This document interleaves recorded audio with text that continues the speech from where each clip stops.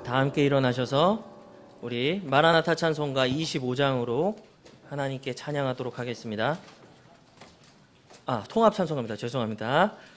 통합 찬송가 25장으로 하나님께 찬양 드리도록 하겠습니다.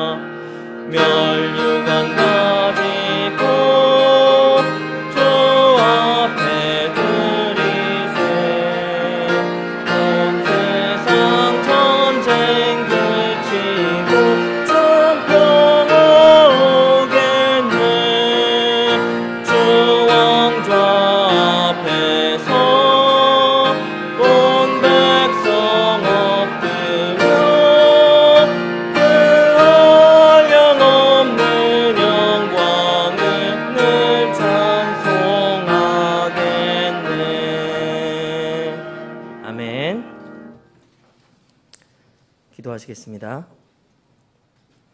사랑과 자비가 풍성하신 하나님 아버지, 지난 한 주간도 이 풍요로운 명절로 땀과 수고로 생업의 일을 감당하던 우리 모든 지체들에게 안락한 쉼을 허락하여 주신 아버지 하나님께 감사와 찬양을 드립니다.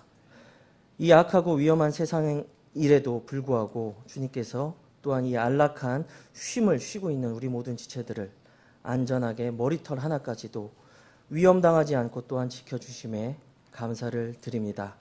비록 저희가 이 세상 명절을 보냈지만 우리 마음은 오직 주의 명절인 나팔절을 뜨겁게 간절히 기다리고 있음을 온 회중과 함께 한 마음과 한 입술로 고백을 드립니다. 주님, 이제 임박한 이 재림의 사건을 앞두고 주님께 쓰임을 받는 우리 지역교회가 될 수 있도록 축복하여 주시옵소서. 이 세상의 많은 교회들이 이 세상 명절로 분주하기에 하나님께 경배 드리는 것조차 소홀한 이때에 주님, 이 지역교회에 촛대를 옮기지 마시고 주님, 이 지역교회를 통하여 이 지역사회를 비롯한 저 북한에 이르기까지 더욱더 많은 혼들에게 주님의 지상명령에 순종하여 복음을 전하는 이 지역교회의 사명과 역할을 다할 수 있도록 주님께서 복을 더하여 주시옵소서. 주님, 이것이 단순히 말로만 이루는 것이 아니라 주님의 다시 오심을 구체적으로 준비하는 서울 제1침례교회 모든 지체들이 되기를 간절히 소원합니다. 우리 안에 꺼진 복음을 향한 열정들이 있다면 주님, 이 꺼진 불을 다시 일으켜 세워주셔서 주 예수 그리스도께서 땅의 맨끝 지역까지 복음의 증인이 되라던 이 명령에 우리의 삶의 가장 큰 우선순위를 드리는 우리 모든 지체들 되게 하여 주시옵소서. 이 일들을 효과적으로 돕는 모든 일꾼들을 또한 보내주시기를 원하옵나이다. 주님, 저희들 힘이 미약합니다. 미디어, 출판, 복음 전도, 그리고 복음 전도를 한 모든 혼들에게 양육을 할 수 있는 일꾼들을 주님께서 보내어 주시기를 원합니다. 주님, 저희들이 그 혼들이 어디서 방황하고 있을지 저희들은 모릅니다. 하지만 주님께서는 아십니다. 주님, 이 지역교회에 한 몸으로 더해 주시사 함께 이 바른 말씀 사역으로 이 민족과 또한 이 통일 한국 사역을 준비하는 우리 지역교회가 될 수 있도록 주님께서 예비하여 주시옵소서. 주님, 경제적으로 어려움이 있고 환경에 막힌 문이 있는 지체들을 위하여 기도드립니다.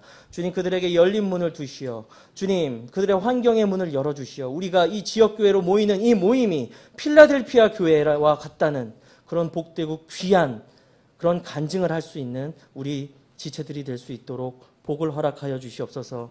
주님, 삶의 어려움이 아니라 이제 주님께서 그 모든 물질적 필요와 함께 영적인 필요를 채워주시어서 주님, 도리어 하나님 주님을 온전히 더욱더 열심으로 섬기는 우리 지체들의 간증이 우리 지역교회 가운데 더욱더 많아질 수 있도록 복을 허락하여 주시옵소서. 주님, 이 나라가 위기 가운데 있습니다. 대통령과 각 부처 장관들과 모든 고위 공직자들에게 바른 마음과 지혜를 주시고 하나님의 창조 질서를 존중하고 하나님을 두려워할 줄 아는 마음들을 허락하여 주시어 이제라도 온전하고 선한 마음으로 백성을 섬기는 바른 마음들을 허락하여 주시옵소서.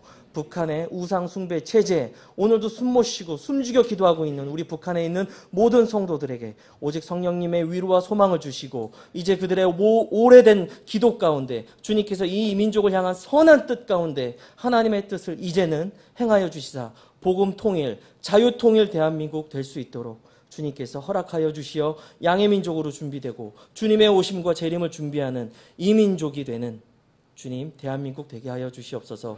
오늘 말씀을 전하는 설교자에게 복을 허락하여 주시고 성령님의 충만함을 허락하여 주시어 선포되는 모든 말씀마다 사람의 말이 아닌 하나님의 말씀을 받았던 빌립보 교회의 마음을 주시고 선포되는 모든 말씀이 회중의 모든 마음과 생각을 변화시키는 능력의 말씀으로 선포되게 하여 주시옵소서. 이 모든 것 우리 주 예수님의 이름으로 기도드립니다. 아멘. 다 함께 앉으셔서 통합찬송가 82장 찬양 드리신 후에 주님 앞에 헌물 드리도록 하겠습니다. 통합찬송가 82장입니다.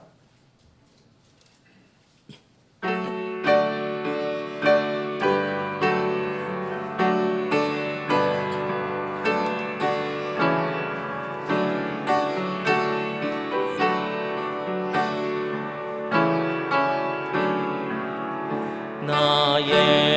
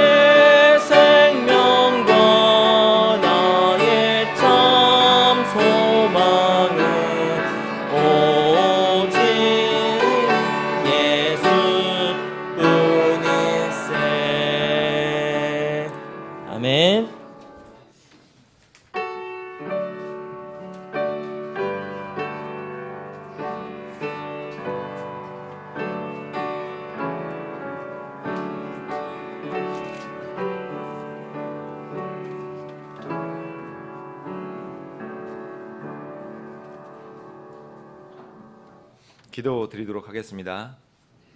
전능하신 아버지 하나님, 오늘 같은 좋은 날씨에 주님의 영광을 찬양하는 이 자리에 모일 수 있는 마음과 환경을 주셔서 감사합니다.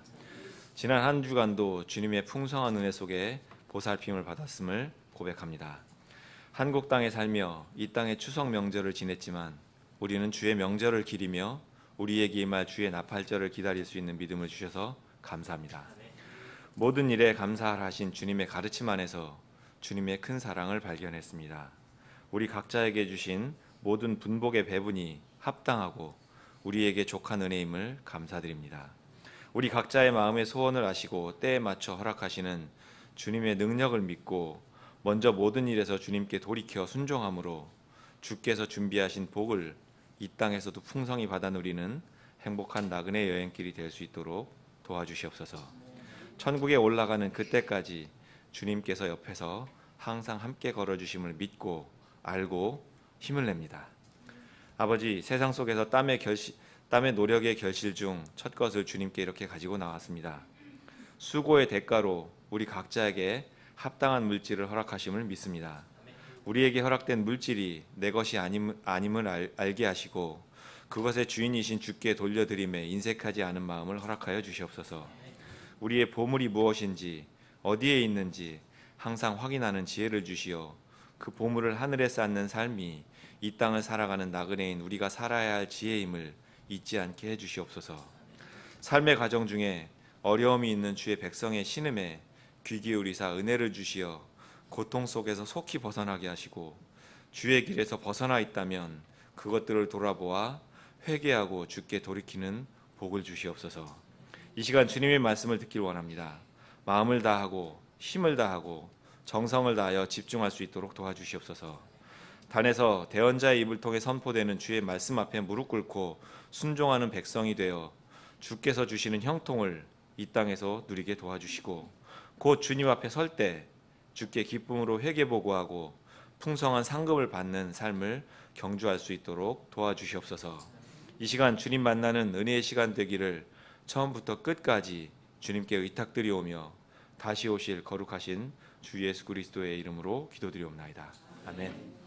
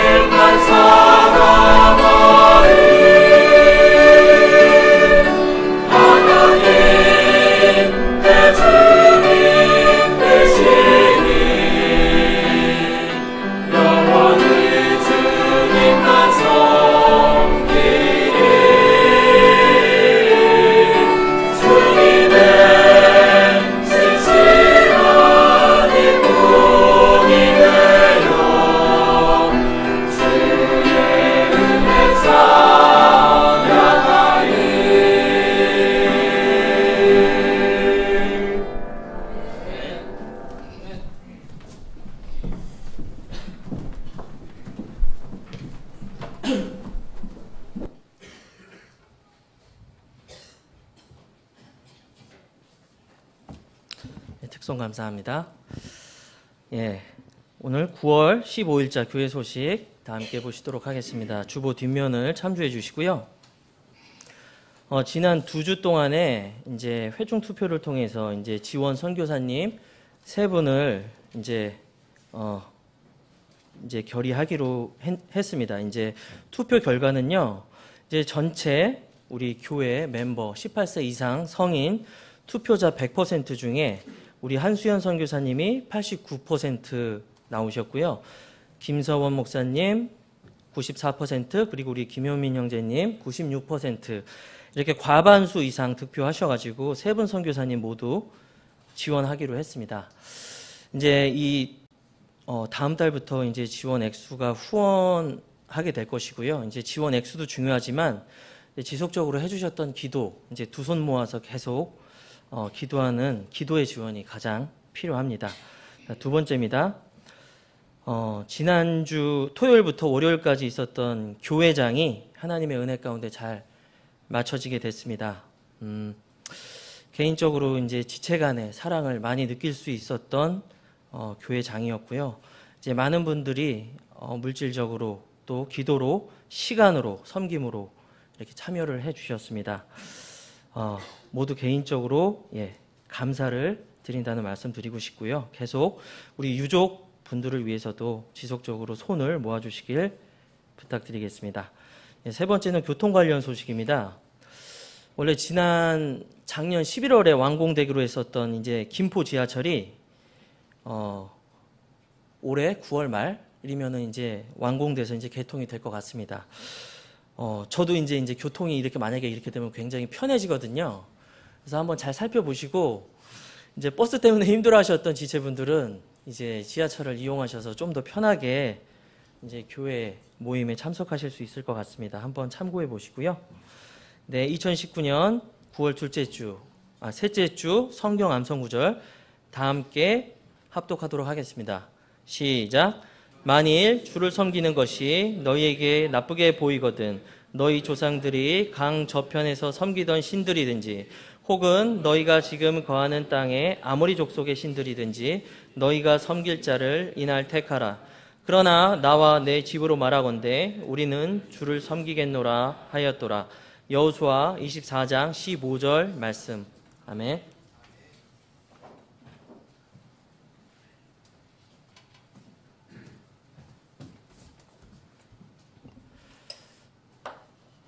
큰 전쟁 치르시고 나서 여러분들 다 건강한 모습으로 만나뵙게 됐습니다. 반갑습니다. 무슨 전쟁이에요? 교통전쟁. 시골 갔다 오신 분들이 힘들었을 건데,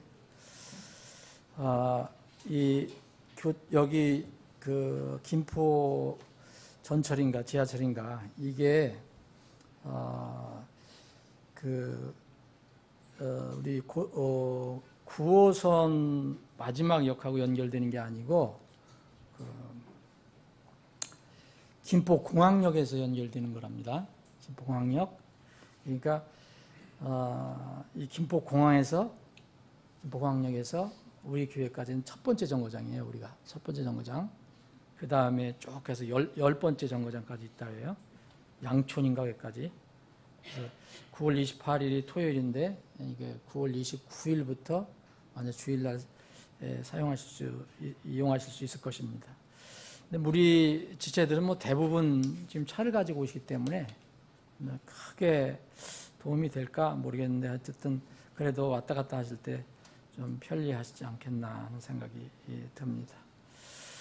자, 일어나셔서 잠깐 우리 처음 나오신 분을 좀 잠깐 소개하겠습니다. 이렇게 쓰지는 않았는데 우리 지난번에 이렇게 교회장을 은혜 가운데 마쳤는데 특별히 아주 이게 우리 교회 멤버처럼 교회장을 이렇게 도와주신 분이 있어요.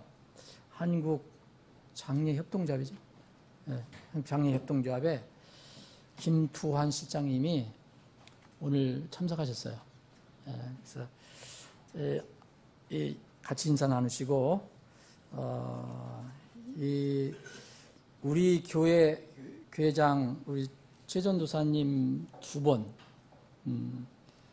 또 이번에 한 번, 그래서 3번 정도 하신 것 같은데 아주 희생적으로 그렇게 해 주셨습니다. 예수님을 믿고 있는 분이고, 그래서 오늘 아마 다니시는 교회가 오늘 아마 예배를 안 드리시는 것 같아요. 그래서 오신 것 같은데 어쨌든 여러분들 뵈려고 왔습니다. 이분은 전국적으로 네트워크를 가지고 있어서 굉장히 혹시 여러분들이 장례 관련된 모든 내용은 이렇게 자문을 구하면 도움이 될 겁니다. 연락처는 우리 최전도사님한테 부탁하시면 아실 수 있을 겁니다. 다 같이 일어나셔서 인사하는 시간 갖겠습니다. 통일 찬송가 544장 참 세상에 내가 살면서 힘차게 1절 부르신 뒤에 인사 나누시겠습니다.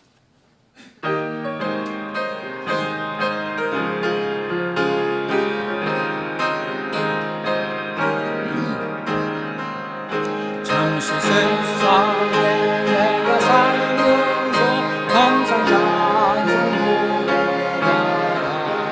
나를 전으로 인도하시면 영광 나가리 열린 천국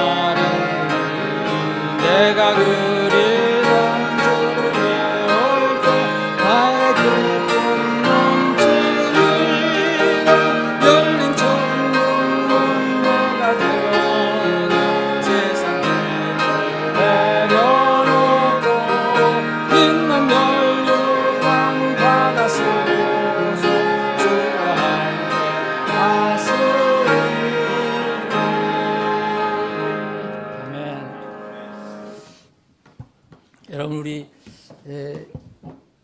기도하시는 분들이 기도를 했지만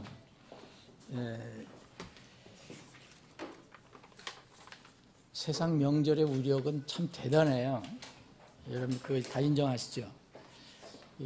부상자들이 상당히 많아 오늘 못 나왔어요. 세상 명절 전쟁에서 전쟁 치르다가 부상자가 상당히 많아 오늘 보니까. 청년들도 부상당했고 어른들도 당했고. 그래서 오늘 많이 자리가 비었는데 여러분들 이걸 기억하셔야 돼요. 아까도 했지만 하나님께서 다 예언적으로 말씀하신 그 이스라엘에게 주신 말씀은 이스라엘에게 적용되는 거, 이스라엘에게만 적용되는 거 있지만 영적으로 다 인류에게 적용되는 것도 대부분이에요. 그 중에 하나가 절기예요. 명절인데 일곱 절기, 큰 절기, 일곱 절기, 일곱 명절을 레위기 23장에서 알려주겠지만 그 외에도 다른 절기가 있어요. 근데 그건 예언적인 내용이 들어있어요. 예언적인 내용. 예언은 성취가 돼요. 반드시 성취가 돼요. 그래서 일곱 절기 중에서 전반부 네 절기는 이미 역사적으로 다 성취가 됐어요. 그런 이스라엘 백성들은 매년 해마다 이 때가 되면 그것을 지키지만 이미 인류 역사에서 역사적으로는 그것이 다 성취가 됐습니다. 그게 뭐냐면 유월절이라는 거예요. 유월절. 이건 딱 한 번 일어나는 거예요. 이건 개인적으로도 여러분들 개인적으로도 여러분들의 마음 속에서 여러분들 영적으로 다 한 번 유월절을 경험한 사람들이에요. 구원받은 사람들이 유월절을 경험한 사람이에요. 죄와 심판에서 죽음에서 건진받은 날 유월절 이스라엘이 그랬고요. 그 다음에 유월절 다음부터 일주일간 계속되는 무교절 이스라엘 백성들이 했던 거예요. 누룩 없는 빵을 먹으면서 하나님께 계속 예배드리는 거. 이거 지금도 사실은 계속되고 영적으로 계속되고 있어요. 그리고 초실절이 있어요. 초실절. 이 3일 만에 주님께서 부활하신 것을 기념하는, 그래서 첫 곡식을 주님께 드리는 그런 절기가 있어요. 예수님이 이 땅에 오셔서 부활하셨어요. 역사적으로 일어났어요. 이스라엘 백성은 매번 그렇게 하지만 이것은 예언입니다. 네 번째는 오순절, 77절이라는 거예요. 예수님 부활하신 뒤에 50일째 일어나는 거. 이때가 바로 사도행전 2장에 나와 있는 이 인류 역사상 딱 한 번 일어난 뭡니까 여러분? 성령 강림절이에요. 성령님이 오셔서 주님이 오실 때까지, 예수님이 실제 오실 때까지 이 땅을 사람들에게 하나님의 말씀을 알려주고 깨닫게 하고 죄를 깨닫게 하고 심판을 깨닫게 하고 하는 역할을 하시는 거예요. 이미 일어났어요. 그런데 후반기 세절기는 아직 미래형입니다. 이스라엘 백성은 매년 지키고 있지만 이 오순절이 끝나고 나서 수개월이 지나야 돼요. 그래서 이스라엘 절기로 7월달 첫째 날이 바로 나팔절인데 이 나팔절의 특성은 나팔을 길게 불어서 명절을 지키는 거예요. 근데 인류에게 나팔절은 무엇입니까? 지금 남아있는 게 바로 휴거예요.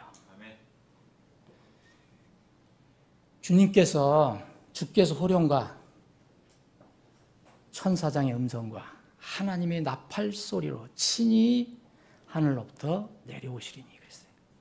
이게 우리가 기다리는, 이스라엘은 다른 나팔절이지만 우리는 하나님의 나팔 소리가 날 때 예수님이 내려오신다 그랬거든요.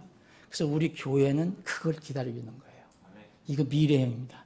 미래형인데 아주 가깝다고들 많이 합니다. 그러나 아무도 알 수 없어요.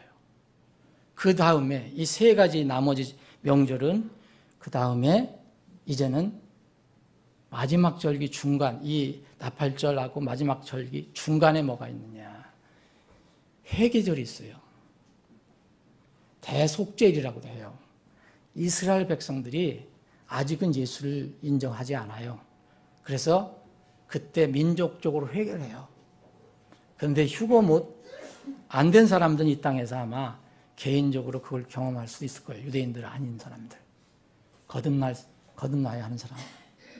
그 다음에 마지막으로 장막절이 옵니다. 그 끝절기예요. 장막절, 초실절이라고도 해요. 이것은 하나님과 함께 장막에서 거하는 것을 의미하는 거예요.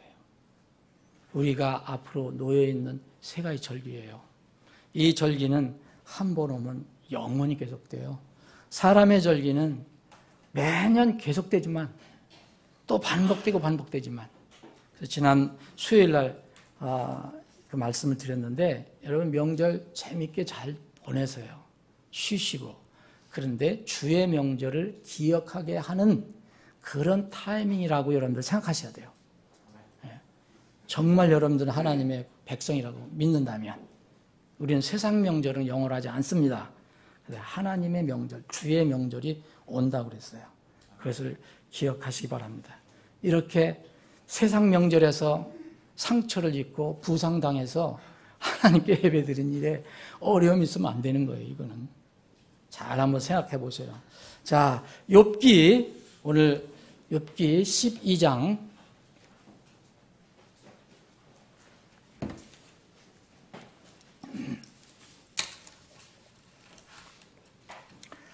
욥기 12장 전체 25절까지 봐야 되는데 다 이렇게 읽지 않겠습니다.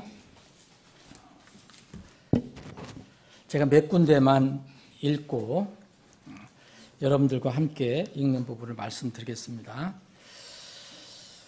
자, 이 말씀은 이제 욥이 1절에 보면 이에 욥이 응답하여 이르되 이렇게 해서 욥이 지금 고백하는 겁니다. 고백하는 거예요. 자, 6절부터 제가 읽겠습니다. 강도들의 장막들은 형통하고 하나님을 경노하게 하는 자들은 안전하니 하나님께서 그들의 손에 풍성히 가져다 주시는도다. 7절 그러나, 이 그러나가 굉장히 중요한 단어예요. 이 말씀에서는. 그러나 이제 짐승들에게 물어보라. 그것들이 너를 가르치리라. 공중의 날짐승들에게 물어보라. 그것들이 내게 일러주리라. 혹은 땅에게 말하라. 땅이 너를 가르치리라. 바다의 물고기들도 내게 밝히 알려주리라. 이 모든 것 중에 어느 것이 주의 손이 이 일을 이루신 줄을 알지 못하느냐. 10절 한 절 봉독합니다. 시작합니다. 모든 생물의 혼과 모든 인간의 호흡이 그분의 손에 있느니라. 제가 또 쭉 읽어보겠습니다. 17절부터 그분께서 좋은 자들을 노략하사 끌어가시고 재판관들을 어리석은 자가 되게 하시며 왕들의 결박을 푸시고 띠로 그들의 허리를 동이시며 통치자들을 노략하사 끌어가시고 강력한 자들을 넘어뜨리시며 믿을 만한 자들의 말을 제거하시고, 여기 말은 우리가 말하는 말을 얘기하는 겁니다. 늙은 자들의 명철을 빼앗으시며 통치자들에게 멸시를 쏟으시고 강력한 자들의 힘을 약하게 하시며 어둠 속에서 깊은 것들을 찾아내시고 사망의 그늘을 빛으로 끌어내시는도다. 제가 해서 끊어내겠습니다. 원래 끊는 거예요. 자, 23절, 24절에는 이 두 절은 여러분들과 함께 제가 봉독합니다. 여러분들 가지고 있는 성경 시작합니다. 민족들을 흥하게도 하시고 망하게도 하시며 민족들을 흥하시고 다시 작게도 하시며 땅에 있는 안백성의 우리모들의 마음을 빼앗으시고 그들을 길었는 강야에서 방황하게 하시며 빛이 없는 어둠 속에서 더듬게 하시고 술 취한 사람같이 비틀거리게 하시는도다. 아멘. 아버지 하나님, 오늘도 저희들이 이 복된 주일 아침에 하나님 집에 모여 주님을 예배할 수 있는 이런 특권을 주심을 감사합니다. 세상 명절을 저희들이 무사히 잘 보냈습니다. 이제 저희들이 주의 명절, 곧 다가올 주의 명절을 기억하며 사는 저희들이 되게 해주옵소서. 이 시간에 주신 말씀을 통해서 우리에게 교훈을 주시고자 하는 그것들이 분명히 있다면 주님께서 지금 성령을 통해서 우리 각자의 가슴을 향해서, 마음을 향해서 선포해 주시고 그 말씀이 우리의 생명 그 자체가 되게 해 주시옵소서. 거룩하신 예수님의 이름으로 기도합나이다. 아멘.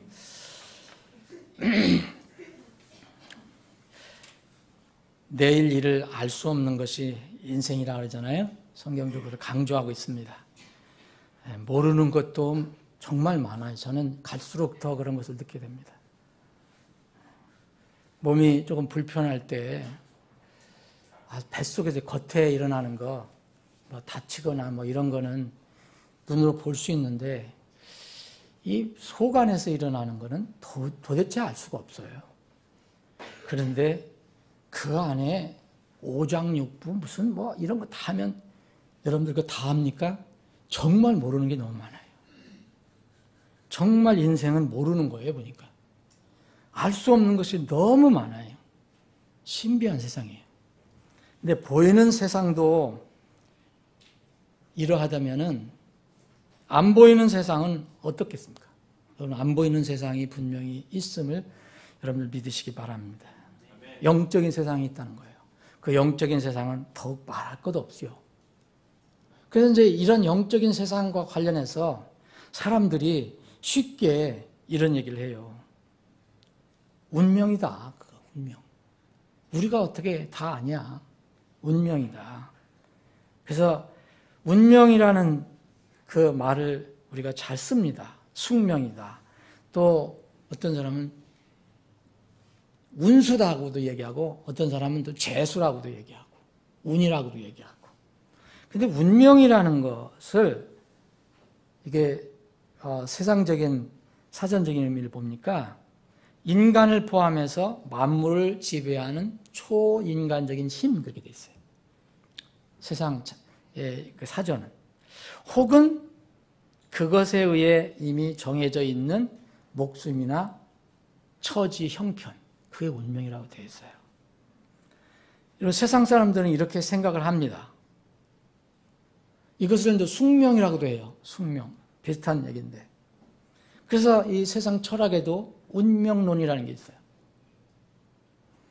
모든 일은 우리 사람이 어떻게 할 수 없고 미리 정해진 필연적인 어떤 법칙에 따라서 일어난다. 그래서 우리 인간의 의지로는 바꿀 수 없다는 그런 철학 이론 중에 하나입니다. 근데 이 운명론은 사람들에게 뭘 주느냐면 이제 극단적으로 얘기하면 멋대로 마음대로 살라고 짧은 인생 마음대로 살려고 쾌락주의로 흘러가는 사람들이 있어요. 또 어떤 면은 어떤 사람들은 아주 체념하고 단념하며 삽니다. 그게 지나치면 비관주의로 이제 빠지게 됩니다. 여러분 이번 추석 명절 연휴 금토 오늘까지 이제 쉬는 분들은 나흘 쉬는 건데 나흘 이 지난 3일 동안에도 보니까 저는 이렇게 많은 뉴스를 많이 듣는 것도 아니고 보도 않는데 그래도 이렇게 들려오는 거 보면 이번 추석 연휴에도 많은 사건 사고가 있었어요. 네. 또 어떤 사람은 다치고 어떤 사람은 죽고 국내적으로 다 그렇습니다.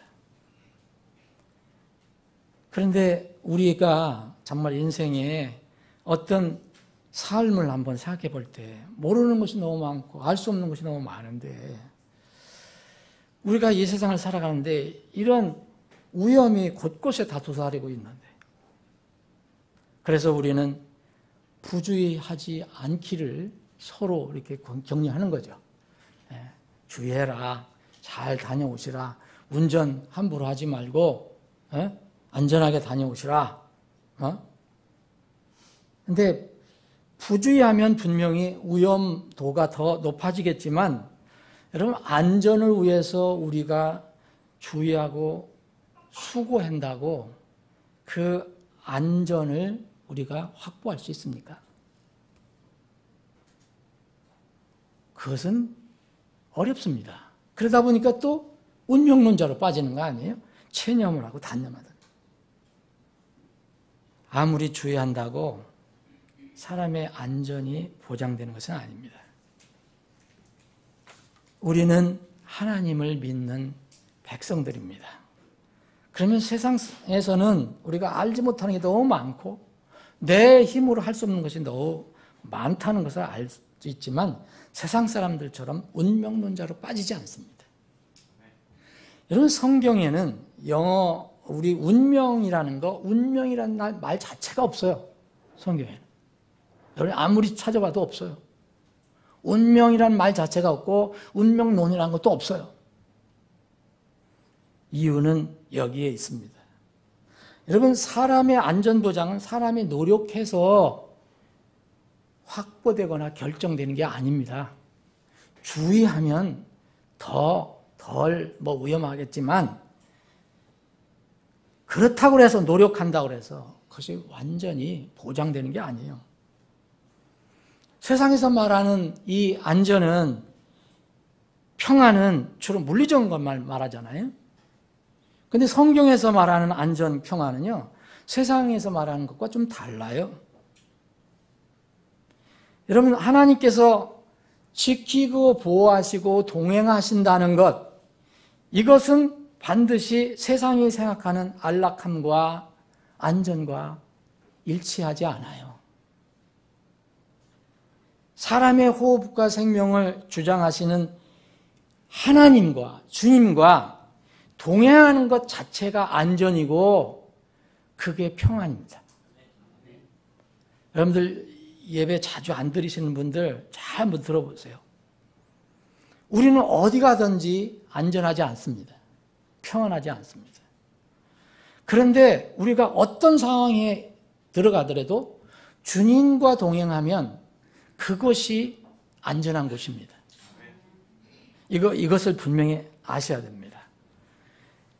예수님이 제자들을 데리고 많이 가르치시고 훈련시키셨는데 어느 날 이제 제자들과 함께 이 바다라고 불리는 게네사렛 호수, 갈리바다로 이제 관통하십니다. 그런데 그때 마침 폭풍이 불었어요. 그런데 폭풍이 부는데 그렇게 배가 뒤집어질 것 같고 물이 침수가 돼갖고 배가 빠질 것 같았는데 예수님은 주무시고 계셨잖아요. 근데 제자들은 난리예요. 난리.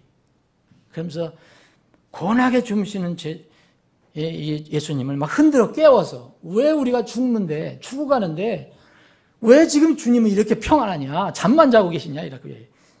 실제 그렇게 우리 주님을 책망하는 거죠, 제자들이. 여러분 아시죠? 마태복음 8장에 나와 있는 어떤 상황인지 찾아보지도 않아도. 제자들은 난립니다. 그 시간 안전하지 않다고 생각을 했어요. 우리는 이제 죽는다.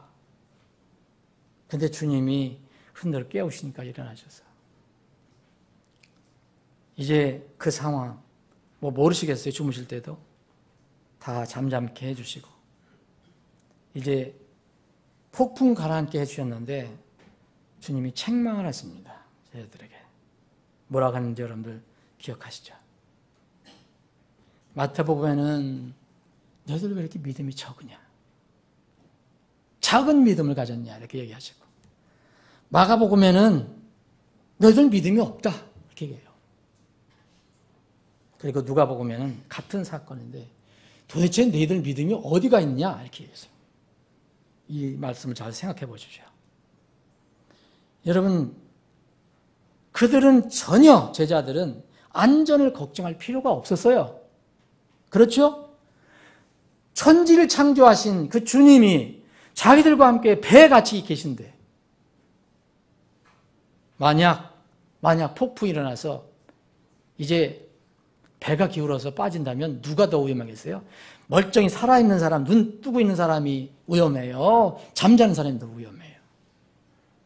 그런데도 제자들은 그냥 주님한테 불평하는 거예요. 이게 우리의 모습이에요. 여러분, 이게 우리의 모습입니다. 이게 참 믿음이라는 거예요. 믿음이라는 게. 보세요. 명절에 이렇게 많이 다쳐, 사람들이. 영적으로. 이게 믿음이 우리가 어떤 것인가 봐야 돼요. 환경이 우리를 지배하는 건가? 하나님이 우리를 인도하시는 건가? 여러분, 사도행전에 보면 바울 사도가 유로클루든이라는 큰 폭풍을 만나는 사건이 기록이 되어 있어요. 로마로 가는 과정에서 바다에서 일어난 사건이에요. 정말 여기는 더 심각해요. 사도행전 27장 읽어보면 깜깜한 바다에 진짜 거의 다 죽게 됐어요. 다 죽는다고 생각했어요. 그런데 놀랍게도 안전했습니다. 이유는 딱 하나예요. 주님이 함께 하셨기 때문이에요. 여러분, 이게 우리의 믿음인데, 이게 우리가 실제 또 세상에 가서 살 때 보면 이런 바람이 불고 폭풍이 불 때는 또 잃어버려요. 주님을 잃어버려요. 사도행전 27장을 보니까 여러분 뭐라 하냐면요. 이게 희망이 다 사라졌다. 여러 날 동안 해도 별도 보이지 아니하고 그것도 하루도 아니에요. 여러 날 동안 큰 폭풍이 우리를 덮쳤다. 우리가 이제 산다는 희망이 다 사라졌다. 우리가 구원받으리라는 희망이 다 사라졌다. 그런데 바울은 여러분 이렇게 이 많은 사람들 앞에서 얘기합니다. 이제 내가 너희들에게 구원한다. 기운을 내라 그랬어요. 그러면서 뱀은 혹이 잃을 수 있지만 너희들은 한 사람도 생명을 잃지 않는다 그랬어요. 이유는 이겁니다. 나를 소유하신 하나님, 곧 내가 섬기는 분의 천사가 그 밤에 내 곁에 서서 뭘 하셨냐면 이르되 바울아 두려워하지 말라. 네가 반드시 카이사르 앞에 가야 하리라. 보라 하나님께서 너와 함께 항해하는 자를 다 내게 주셨느니라 하셨으니 그러므로 선생들아 낙심하지 말고 기운을 내라. 내가 하나님을 믿노니 내게 말씀하신 그대로 되리라. 여러분 가장 위험하다고 생각하고 가장 정말 낙심이고 정말 절망적인 그런 상황에서 바울은 전혀 흔들리지 않았어요. 왜냐하면 하나님이 나와 함께 하신다. 배가 빠져도 좋고 내가 물속에 빠져도 좋다. 하나님이 나와 함께 하신다. 그것은 안전한 것입니다. 그거 정말 안전한 것입니다. 위험하고 불안전하다는 것은 우리가 세상을 살아갈 때 주님에 대한 믿음이 약하거나 없거나 우리 믿음이 실종됐을 때를 이야기하는 거예요. 성경은. 세상에서 얘기하는 것하고 달라요. 오늘 본문은 여러분들이 익숙한 이 욥기 12장인데 이 욥기 12장은 욥이 기록을 한 거예요. 욥이 성령의 감동을 받아 기록한 건데 이 사정이 어떠냐? 이 배경이 어떠냐? 욥은 절망과 절망 속에 있어서요. 욥기 1장서부터 읽어보시면 당대의 최고의 부자고 번성하고 정말 유명하고 이름이 있고 힘이 있었던 사람들이 그 가족도 그렇고 그래서 하나님께서 정말 완전하고 이렇게 곧바른 사람이 있나? 하나님께서 인정한 사람이었어요. 부자도 이런 부자 없어요. 여러분 얼마나 요새는 돈 가지고 얘기하지만 옛날엔 가축이 최고였어요. 엄청난 부자였습니다. 얼마나 큰 부자였느냐. 양이 7,000마리예요. 양이 7,000마리. 양이 7,000마리에다가 낙타가 그때 중요한 그 동물인 낙타가 3,000마리예요. 소는 500결이면 1,000마리예요. 암나귀 250마리예요. 엄청난 재산을 가지고 있는 사람이에요.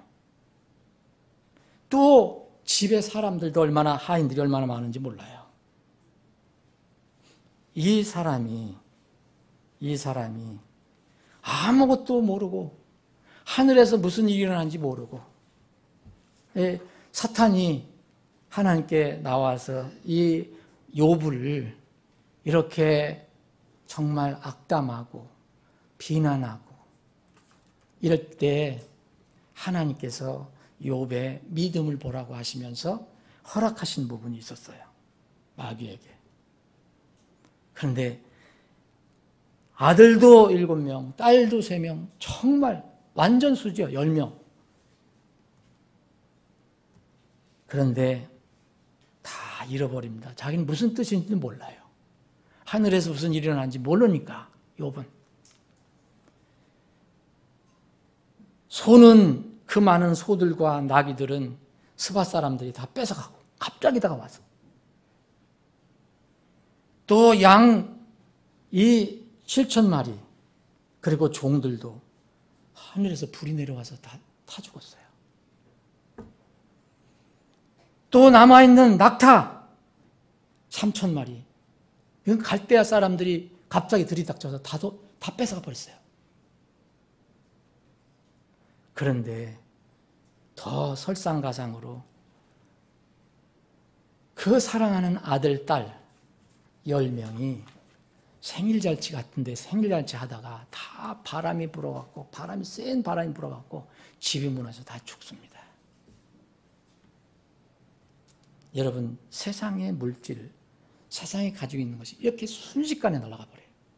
그런데도 욥은 이런 절망과 슬픔 속에 있으면서도 땅에 엎드려 경배하면서 내가 모태에서 벌거벗고 나왔으니 또한 벌거벗은 채 그리로 돌아가리라. 주께서 주시고 주께서 가져가셨으니 오히려 주의 이름이 찬송을 받을지어다. 이렇게 고백을 합니다. 이것이 믿음입니다, 여러분. 여러분 평안할 때 만날 주님을 찬양하는 게 아니라 어떤 상황이든 주님이 나와 함께 하신다는 것을 믿고 나아가는 게 그게 믿음이에요. 그냥 환경이 조금 좋아지면 갔다가 환경이 조금 저기하면 하나님께 예배하는 게 사그러져 버려. 이건 믿음이 아닙니다. 이 모든 일에서 욥이 죄를 짓지도 않았고 하나님을 원망하지도 않았다 그랬어요. 그런데 그 부인은 어떻게 됐습니까?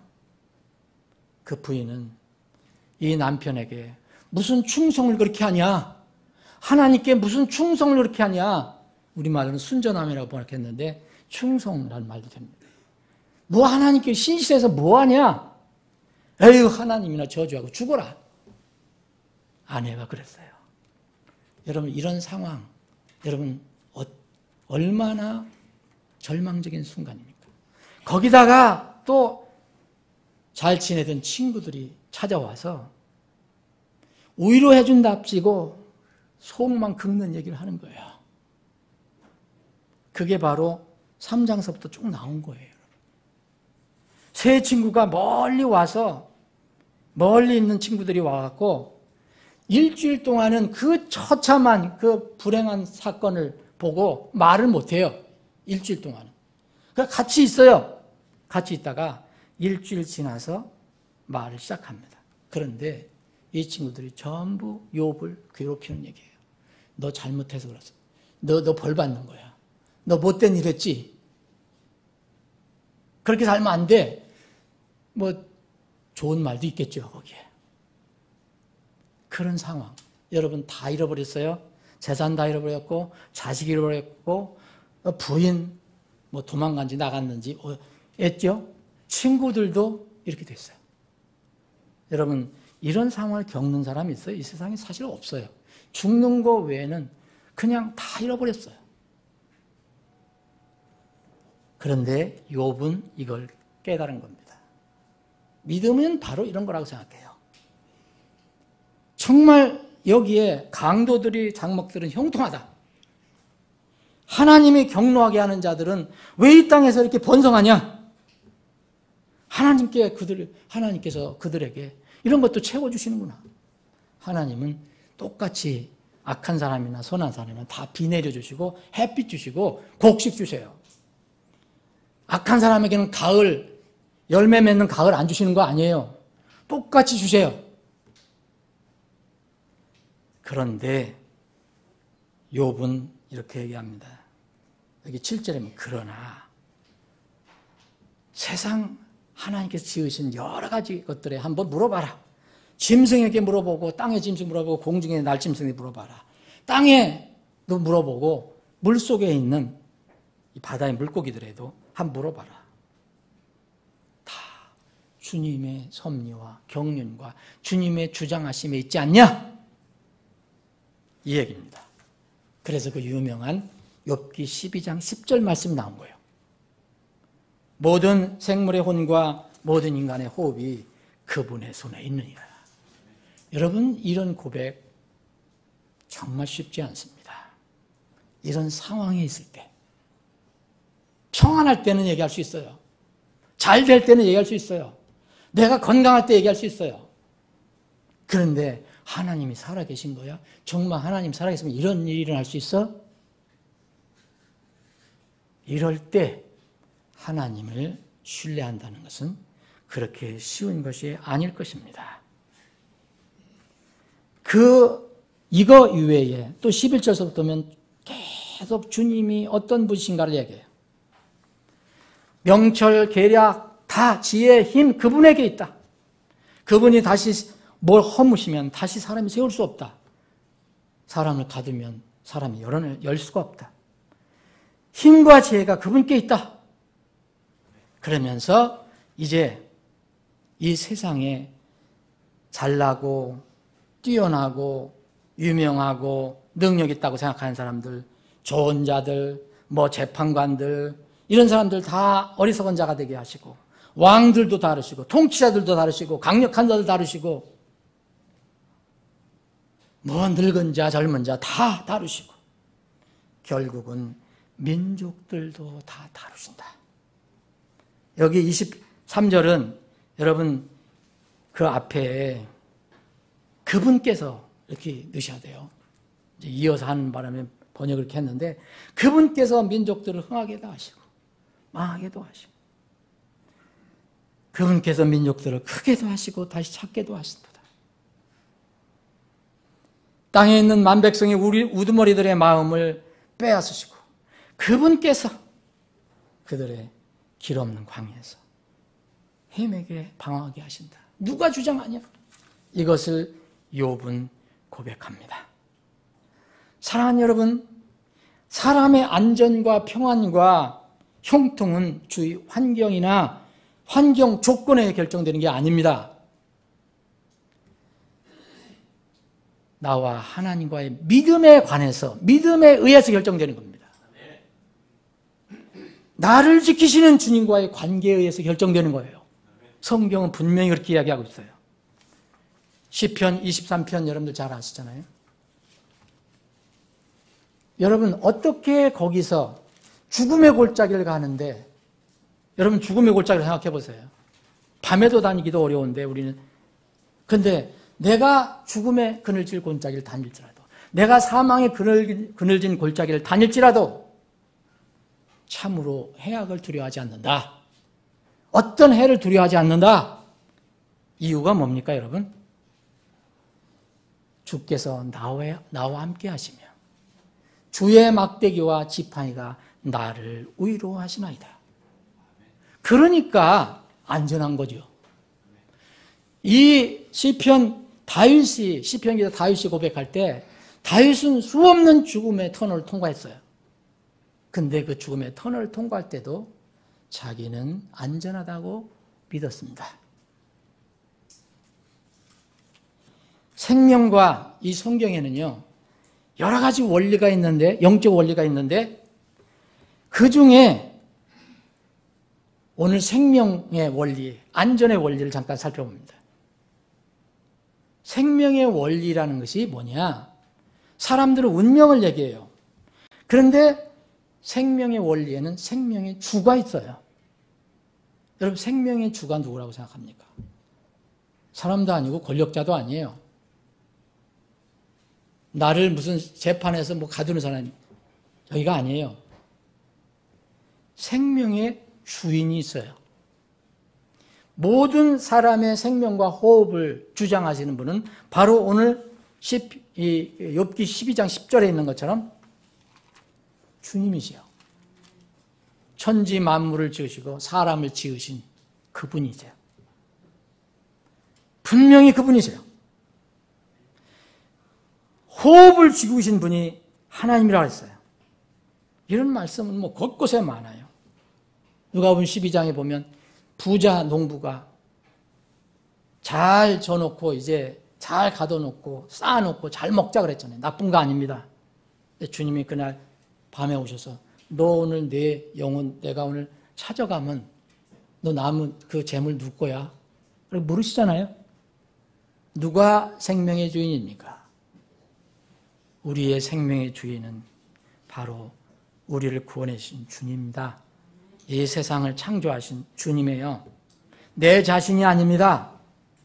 사랑하는 여러분, 여러분의 생명 주님께서 주장하심을 믿으십니까? 그러면요, 가장 긴급한 문제가 뭡니까? 이러면 그래서 영혼 구원 문제를 빨리 해결하는 거예요. 어떤 사람은 일찍 가고 어떤 사람은 늦게 가요. 어떤 사람은 정말 속된 말로 해서 정말 끈질기게 운이 있는 사람들이 있어요. 몇 번씩 죽을 고비를 넘으면서 살았다 그래요. 다 이유가 있습니다. 우리는 다 몰라도 생명을 주장하시는 분은 주님이시기 때문에 가장 긴급한 문제는 거듭나는 문제예요. 구원받는 문제예요. 종교인이 아니라 하나님이 자녀가 되어야 된다는 겁니다. 여러분, 생명의 주인이신 주님께서 사람의 호흡을 거둬가시면, 곧 혼을 다시 되찾아가시면 그는 어디에 있을 것인가? 이게 문제예요. 죽으면 사람이나 짐승이나 다 몸은 흙으로 돌아간다고 전도서에서 말하고 있어요. 그런데 짐승은 죽으면 땅으로 내려간다고 그랬어요. 그 호흡이. 영이라고 표현된 이 호흡. 그런데 사람만큼은 하늘로 올라간다고 나와요. 그냥 떠돌아다니는 걸 얘기하는 게 아닙니다. 하나님의 소유니까 그것을 다시 찾아가신다는 얘기예요. 여러분, 누가복음 16장에 그 이야기 잘 아시잖아요. 부자와 거지 나사로 이야기. 절대로 안 믿었던 그 부자는 눈 딱 뜨니까 자기가 지옥에서 고통 중에 있는 것을 알게 됐어요. 누가 생명의 주인이십니까? 두 번째, 안전의 원리가 있어요. 안전의 원리. 생명의 원리를 이해한 사람들은 안전의 원리도 동일한 원리라는 걸 알 수 있어요. 모든 사람의 안전도 주님의 손에 있어요. 안전의 주인도 하나님이십니다. 시편 4편 7절 8절에 이런 말씀이 있습니다. 주께서 내 마음속에 두신 기쁨은 그들의 곡식과 포도즙이 불어날 때의 기쁨보다 더 크니이다. 내가 평안히 눕고 자기도 하리니 주여 주께서만 나를 안전히 거하게 하시나이다. 주께서만 나를 안전히 거하게 하시나이다. 여러분, 안전의 주가 누구예요? 주님입니다. 주님. 여러분, 시편 33편에도 그 뒷부분을 보시면 17절에 이런 말씀이 있어요. 많은 군대로 구원받은 왕이 없으며 용사가 많은 힘으로 구출받지 못하노도다. 자기 힘으로 안전을 보장할 수 없다는 얘기예요. 안전을 위해서는 말도 헛되나니. 그때 최대의 전쟁 무기잖아요, 말. 그가 자기의 큰 힘으로 아무도 건지지 못하려다. 그런데 이 안전에 전제 조건이 있습니다. 생명의 전제 조건은 거듭나야 한다는 것, 믿어야 한다는 것. 그런데 안전의 전제 조건은요, 주의를 기울인다고 안전 보장되는 게 아닙니다. 여러분, 주의를 기울이며 살아야 합니다.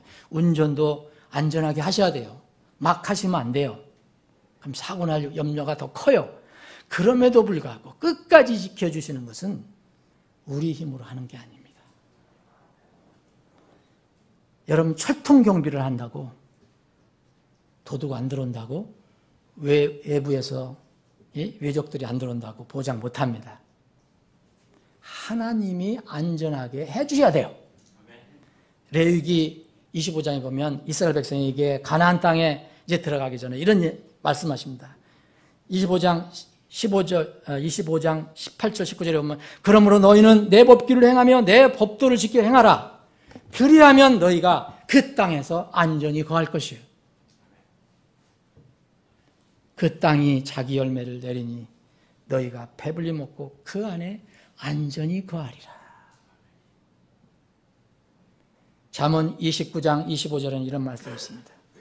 사람을 두려워하면 올무에 걸리려니와 누구든지 주를 신뢰하는 자는 안전하리라. 안전이 어디서 나옵니까?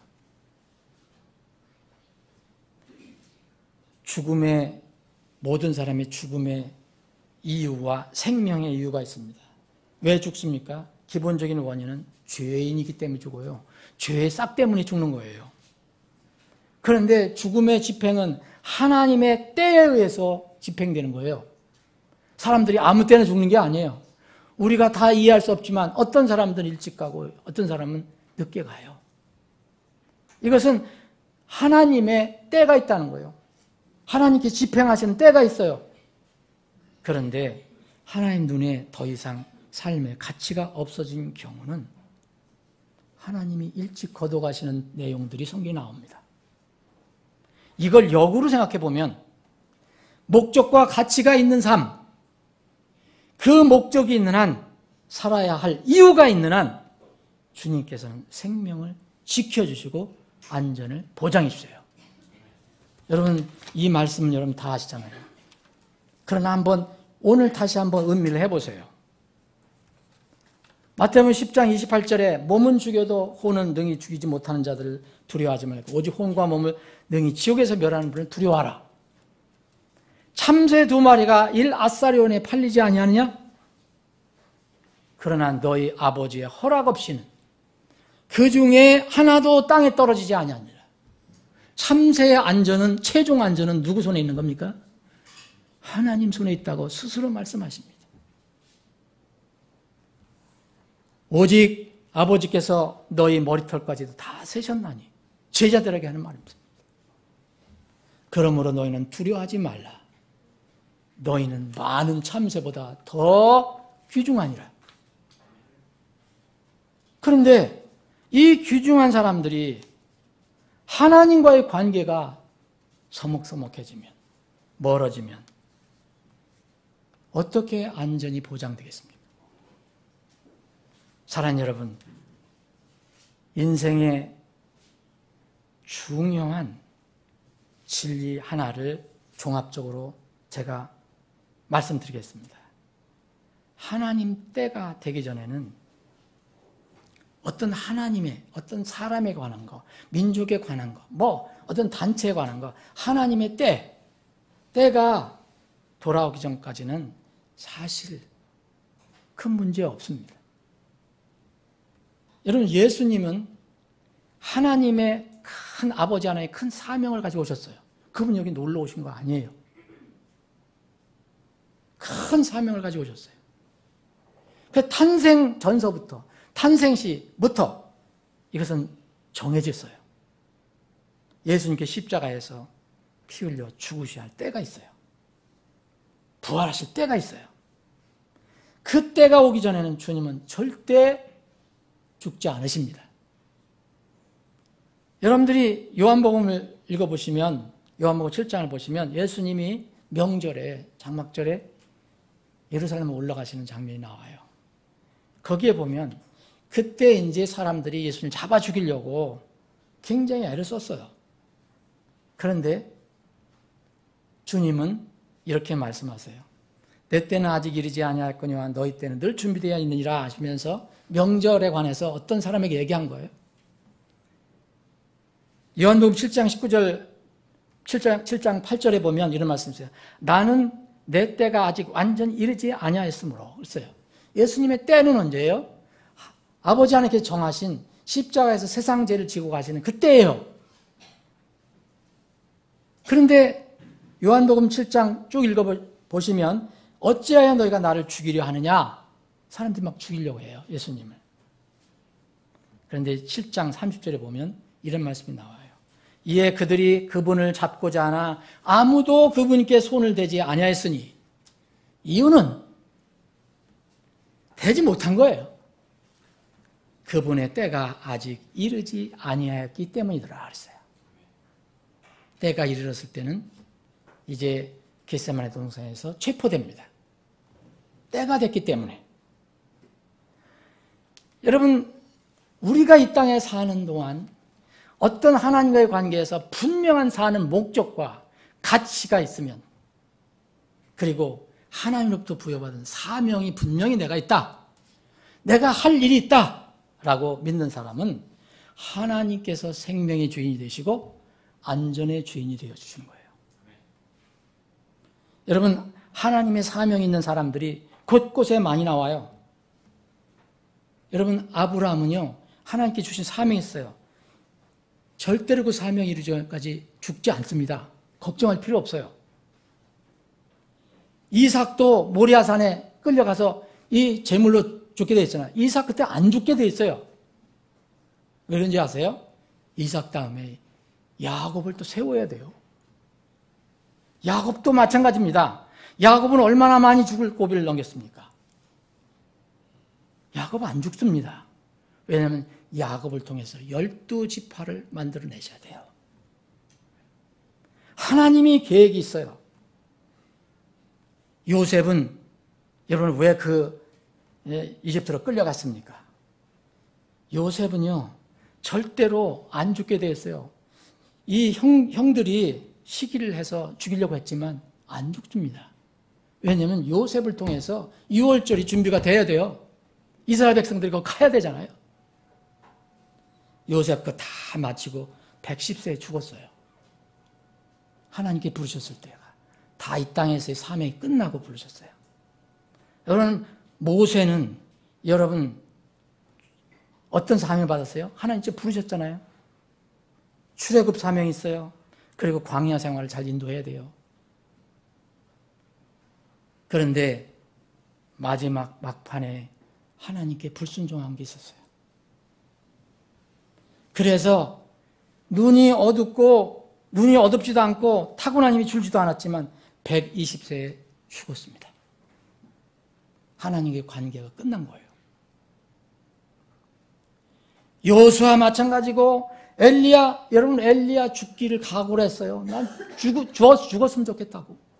안 죽습니다. 왜냐하면요 하나님께서 엘리야에게 계획하신 뜻이 있어요. 그걸 자기가 순종만 한다면 안 죽습니다. 여러분, 후계자 엘리사를 세워야 되잖아요. 그리고 누구를 안수해야 돼요. 사도 바울, 여러분 조금 전에 우리가 읽어본 것처럼 사도 바울 거기 풍랑에서 안 죽습니다. 하나님께서 뭐라 하셨어요? 내가 반드시 너를 카이사르 앞에 세워야 하리라. 너는 그 앞에 가야 하리라.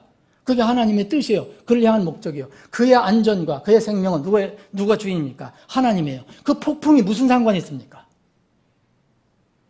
폭풍 속에서도 안 죽습니다. 그래서 바울은 평안한 거예요. 말씀을 정리하겠습니다.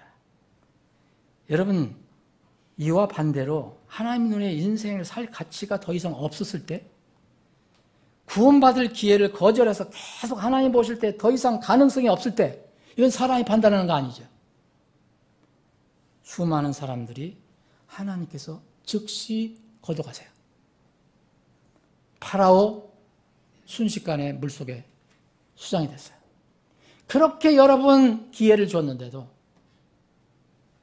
나발이라는 사람, 돈에 완전히 쩌드는 사람, 돈이 하나님인 사람, 이 사람 하나님께서 툭 쳐서 그날 생명을 거두어 가십니다. 사악한 아방, 시리아 군사에 그냥 하늘 향해서 날리는 화살 맞고 그냥 갑니다. 헤롯 왕, 하나님께서 보내신 주의 천사가 치니까 그날 벌레에 물려서 즉사합니다. 이세벨 뭐 이런 사람들 말할 것도 없어요. 사랑하는 여러분, 인생의 삶은 참으로 신비해요. 그런데 모든 인생 속에는 생명의 원리가 있어요. 그래서 반드시 살아있는 동안 영원한 생명을 얻어야 돼요. 이 문제를 빨리 해결해야 돼요. 또 안전의 원리가 들어있습니다. 하나님께서 정하신 삶의 이유와 목적이 있는 사람, 곧 자신이 사는 목적과 사는 동안 이루어야 할 일이 있는 사람은 호흡이 주님의 손에 있기 때문에 안전한 것입니다. 전능하신 주, 생명의 주이시기 때문에 하나님의 때와 계획은 그 어떤 경우에도 사람의 힘이나 환경이나 조건에 의해서 영향을 받는 것이 아닙니다. 우리가 폭풍을 뚫고 갈 수도 있어요. 그런 어떤 고난을 겪을 수도 있어요. 그래서 생명과 안전은 그것들이 우리를 다스린 게 아니에요. 하나님께서 우리를 다스려 주시는 겁니다. 사랑하는 여러분, 여러분 생명의 주를 만나서 구원을 받았습니까? 이게 생명의 원리예요. 생명의 주를 만나야 돼요. 그리고 여러분 사는데 내일에 대해서 불안하거나 사는 거에 대해서 혹시 불안합니까? 여러분 믿음을 다시 점검하세요. 지금 여러분 사는 삶이 안전 보장이 됐습니까? 여러분 만약 여러분들 중에 아직도 구원을 받았으면 구원을 받아야 돼요. 구원받은 사람들 중에 여러분들이 하나님과의 관계가 너무 느슨하고 구원받은 후에도 그러면 여러분들 안전을 얘기하지 마세요. 하나님께서 지켜주신다 그랬잖아요. 하나님께서 보호하신다 그랬잖아요. 안전은 주께서부터 나온다 그랬잖아요. 근데 세상에서 무슨 안전을 세상이 보존해 줍니까? 아직 하나님과의 관계에서 세워진 인생의 목적과 사명이 없는 사람은 오늘 지금 이 시간부터라도 여러분들이 인생에서 어떤 목표를 세우세요. 적든 크든 그것을 세우고 주님께 고하고 주님의 인도하심을 구해보세요. 여러분들이 육을 위한 게 아니고 여러분들을 구원해 주신 주님을 위해서, 말씀을 위해서 무엇을 어떻게 할 것인가, 최소한도 인생의 목표를 한번 세워보세요. 일을 한번 세워보세요. 그러면은 주님께서 여러분들의 안전을 지켜주실 것입니다. 안전은 내 힘으로 나오는 것이 아닙니다. 주를 신뢰하는 자는 안전하리라. 안전은 주님으로부터 오는 겁니다. 여러분들이 주님 뵐 때까지 정말 안전하고 건강하고 형통한 가운데 이 땅에서 신앙생활 승리하는 삶이 되기를 바랍니다. 기도하시겠습니다.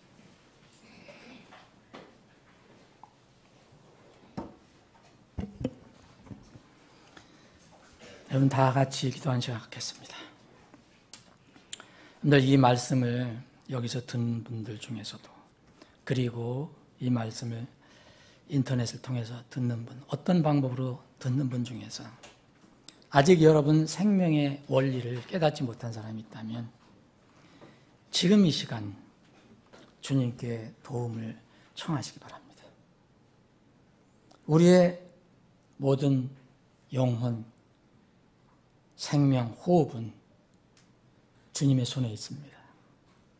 어떤 사람은 이제 구원을 받고 주님 앞에 가는 사람이 있는가 하면 어떤 사람은 육의 생명만 살다가 그것이 마지막에 되는 사람들이 있습니다. 이런 사람들이 성경에 수없이 많이 기록되고 있습니다. 여러분들의 인생을 살펴보시기 바랍니다. 생명의 주,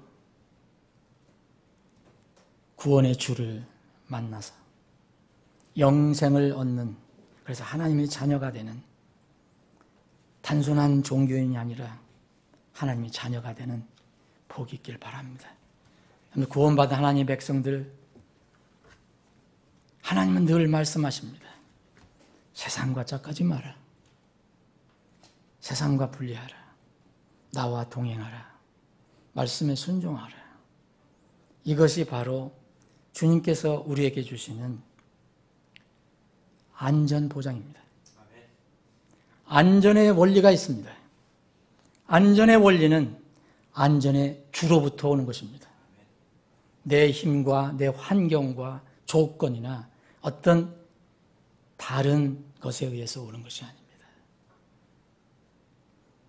경건하고 조심스럽고 주의하며 살되, 그러나 끝내 내 안전은 주님 손에 있다는 것을 믿고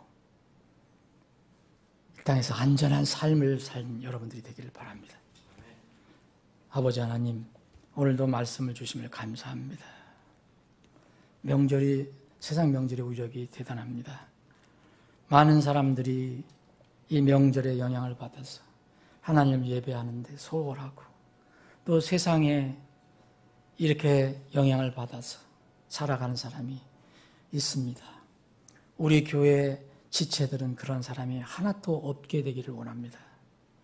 주님 오실 때까지 생명의 주, 안전의 주, 오직 주님만 바라보면서 이 땅에서 승리하는 저희들이 되게 해 주시옵소서. 거룩하신 예수님의 이름으로 기도합나이다. 아멘.